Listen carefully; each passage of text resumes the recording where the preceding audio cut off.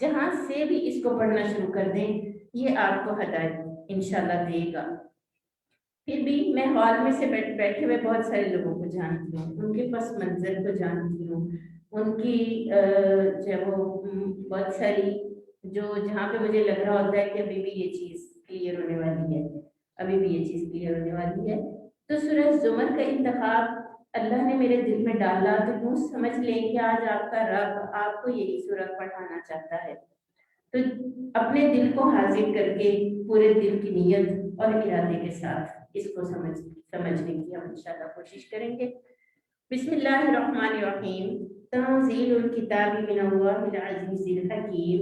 تنزیل ہے، اتارا جانا ہے، باب تفعیل سے ہے، درجہ بدرجہ آہستہ آہستہ مختلف مرحلوں میں اتارا گیا ہے قرآن، ایک دم نہیں اتارا گیا۔ یہ لفظ ہمیں یہ بتا رہا ہے یہاں پر، اس کا مطلب یہ نہیں ہے کہ اللہ نے کہیں پہ اللہ تعالیٰ نے لفظ ہی ایسا استعمال کیا ہوگا جس کا مطلب یہ ہوگا کہ اللہ تعالیٰ نے ایک بار ہی قرآن کو اتار دیا، لیکن یہاں جو یہ لفظ آیا ہے اس کا مطلب ہی یہ ہے کہ اللہ نے اس کو تھوڑا تھوڑا کر کے اتارا، درجہ بدرجہ اتارا، اور اللہ کی طرف سے ہے جو غالب اور حکمت والا ہے۔ اچھا ایک کام آپ نے کرنا ہے آج سب نے کہ ہر آیہ مبارکہ اور ہر ایک اللہ کے فرمان کے بعد اللہ کی کچھ خاص صفات پڑھیں، تو ان صفات کو اس بات کے ساتھ جوڑ کے سمجھنے کا بھی ایک علم ہے۔